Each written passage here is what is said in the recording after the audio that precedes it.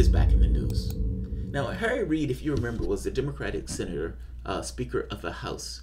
Why is Harry Reid back in the news? Harry Reid is back in the news trying to lobby Congress to investigate the UFO issue.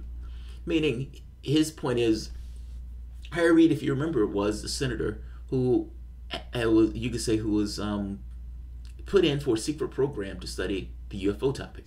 They may call them UAPs, or whether they call them UFO, at the end of the day, we're talking about the same thing. Ultimately, he's trying to study UFOs. He said he's curious about the subject, and he wants that information brought into light. Yeah, I've done multiple videos on this, so I'm not going to overly tarry on this. I'm just going to give the article itself. But if you remember, the Washington Post, New York Times, Politico, all of these mainstream media organizations came out with a bombshell story that the United States had been studying UFOs. They call it threat detection. But at the end of the day, this was studying UFOs. Wrapped into the study of UFOs was some bizarre and fascinating fucking studies that belonged on Star Trek that they were also looking into in relation to these flying saucers. And I'm calling them flying saucers. There are all sorts of shapes. And the shapes, apparently, they've been even investigating what the shapes mean in the context of the shapes and how they do what they do. Luis Elizondo has been the person who's the front person for this. And he's been the person who's been talking to audiences and crowds. And he's been trying to paper over stuff with MUFON because MUFON is angry that they're not being more included in this. The UFO community, I should say, somewhat is slightly distrustful of them because you can imagine that these guys have been spooks and have been keeping this subject out of the limelight and away from them. And all of a sudden they're releasing this information. It becomes, what if this information is true? Fact of the matter is, the idea that the United States has been studying UFOs for only a few years is nonsense. This has been going on for 50, 60, 70 years where they've been studying this particular topic. And so, you know, even the way it's presented is somewhat disingenuous. But that's it. I'm excited that the issue is being brought to light. I'm excited that some of these people have come forward in concert with Tom DeLonge. Tom DeLonge is an interesting cat. And I'm going to move over to this for the moment, but I just want to give a bit primer. Rock star Tom DeLonge, that belonged to Blink-182, also had an interest in UFOs. Tom DeLonge started sending off information to various people, and eventually some people responded and started sharing certain information with Tom DeLonge. Now, people in the UFO community thought Tom DeLonge was full of it until the Clinton leaks came out. When the Clinton leaks came out, Tom DeLonge is strewn all through those leaks. And he's talking to you about UFOs because if you remember, what's his name? The person who was running the campaign for Hillary Clinton was also into the UFO community going back for the last 20 years. Podesta, under the Obama administration, said the worst failure of his career was not getting the UFO topic out. So you had a crew of people who were into this topic, even though they weren't necessarily talking about it in an overt fashion, but behind the scenes was trying to get the information, more information out. Tom DeLonge gets put into association with various spooks. And these spooks tell Tom DeLonge that they're going to provide him with what he needs in order to bring this out into the public. Apparently, you have various streams of people who are trying to get this story out into the public with various streams that are not. You have some people who have religious biases saying, you know, this is the domain of God. You have others who say these are demons. You have other people who don't necessarily know how this deals in their own religious context. So you have various people who have various feelings about this particular issue, but you have a faction of these people who want to try to get this issue out further into the public. The catch becomes further out into the public, to what end? It's true that there may be some who just want to get it out for good ends, but I don't trust the people who Tom DeLonge have behind him, these kind of grinning spooks.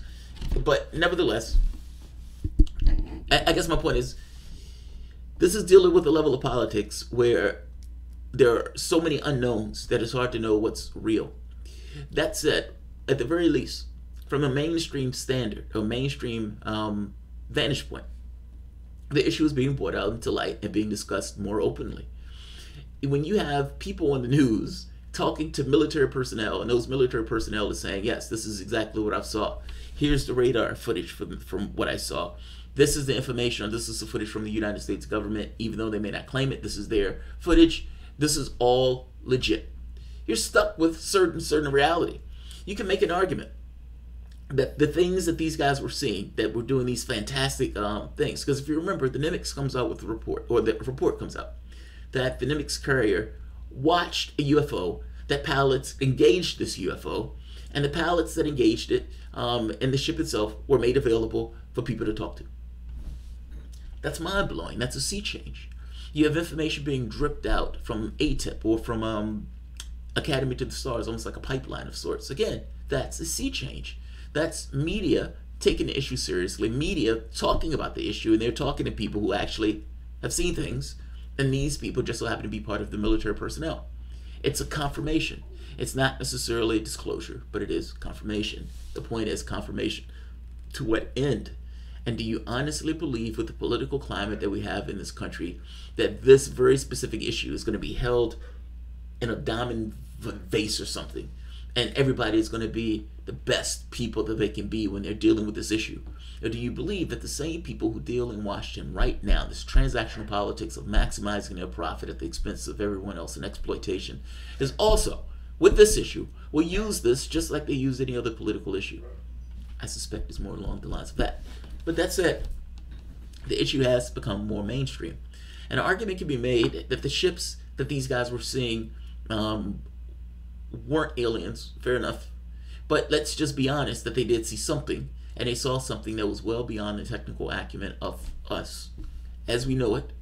And I'm putting that with an emphasis on this planet.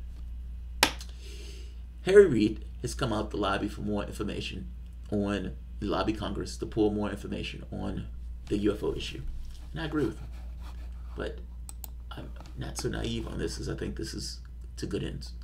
I think we have some terrifying, there's some terrifying realities associated with this, especially when we don't have control of our governmental edifice. I mean, how are other worlds going to interact with your fragmented planet? What is going to be the location? What's the talking point? Who do they talk to if they wanted to talk to anybody? You don't have a united world government. The world pulls in different ways. The majority of the world is in poverty. Who do you actually talk to that's a representative of planet Earth? Nobody.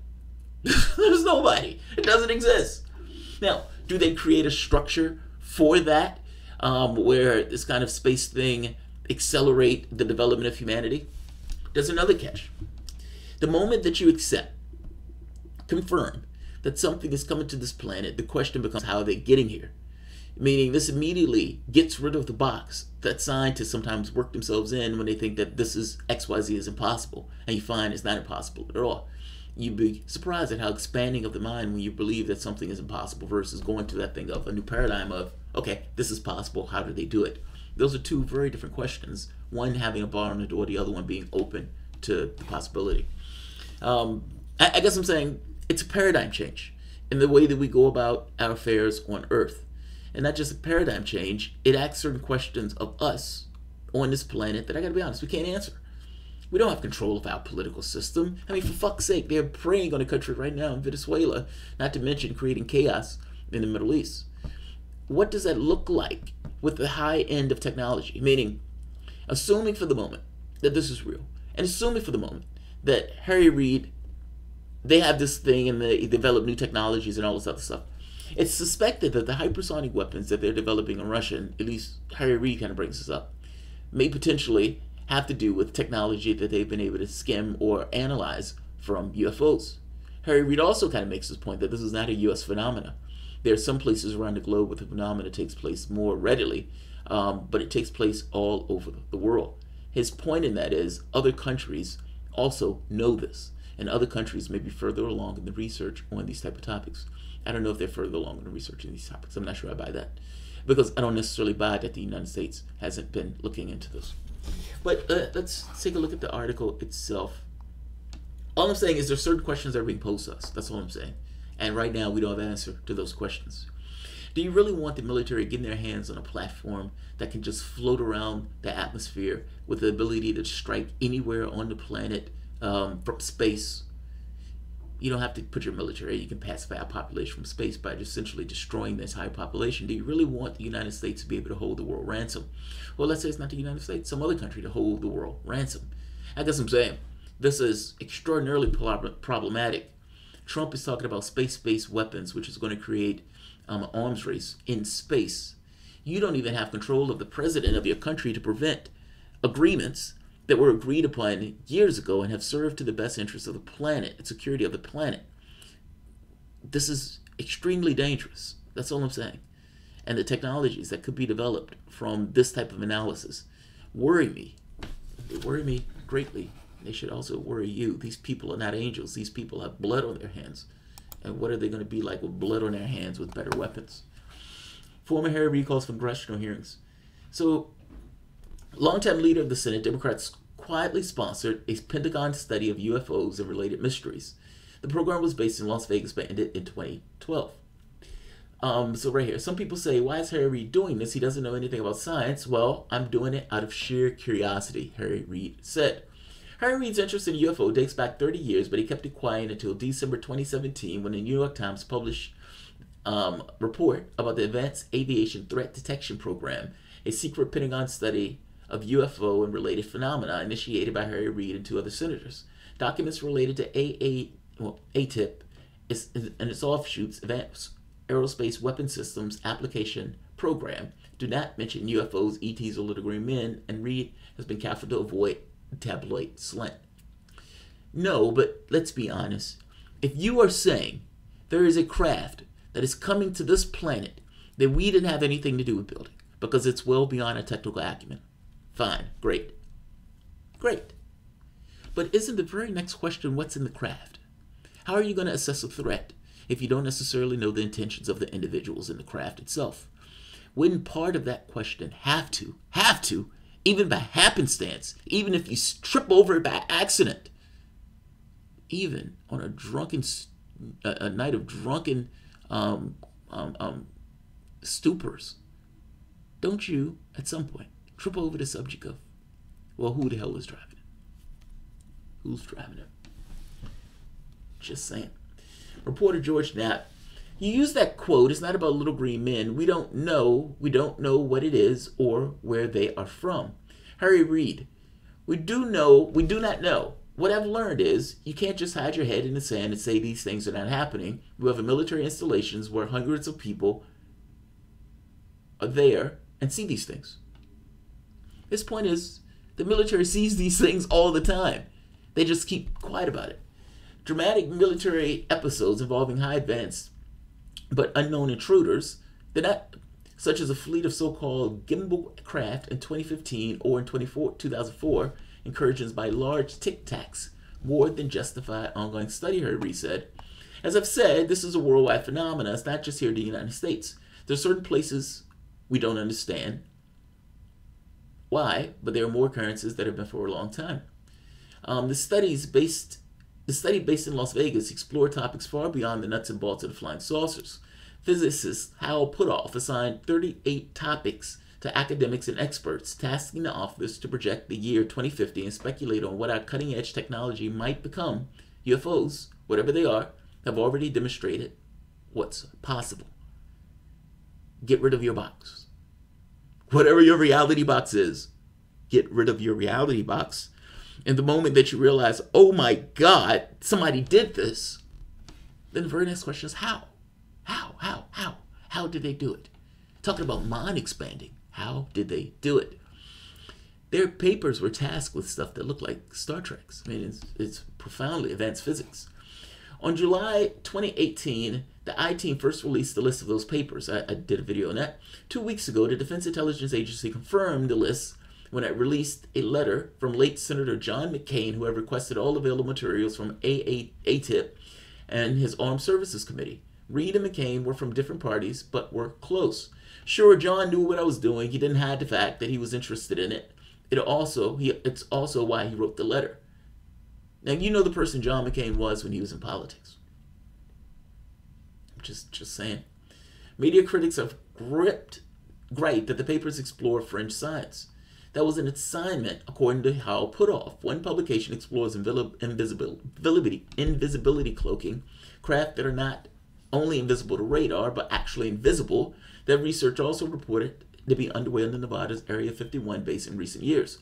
Another paper by a UNLV engineer explored how to detect hypersonic objects, things that transverse Earth's atmosphere at incredible speeds, similar to hypersonic missiles by Russia that they now possess. George Knapp, it could tell us about UFOs, but also Russian missiles, so it has practical benefits, of course. One of the paper's ATIP lists focus on metamaterials, exotic compounds that could explain the physics of UFOs.